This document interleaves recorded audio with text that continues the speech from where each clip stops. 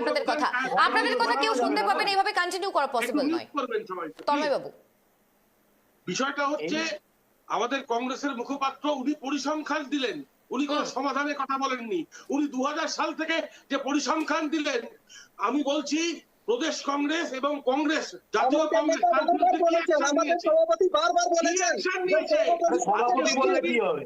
বিজেপির কথা বলছেন, তারা কি অ্যাকশন নিয়েছে? আজকে সাংসদ অভিষেক বন্দ্যোপাধ্যায় যদি গিয়ে থাকেন মানবিকতার খাতিরে গেছেন, আপনারা কি করেছেন? আপনারা রাজনীতিকরণ করছেন, করছেন। আপনারা কি করেছেন? মানুষের মৃত্যুকে নিয়ে রাজনীতিকরণ করেছেন। আপনারা বলছেন হিন্দু না ছিল না। সাহিদ বাবু আসবো। কর্ণাটকে কম্পেনসেশন পাইয়ে দিয়েছেন মৃতদেহ আনতে গেলে, কিন্তু আজকে 70,000 পরিসংখ্যান আছে, আপনাদের কাছে কোনো সমাধান নেই। এটা পশ্চিমবঙ্গ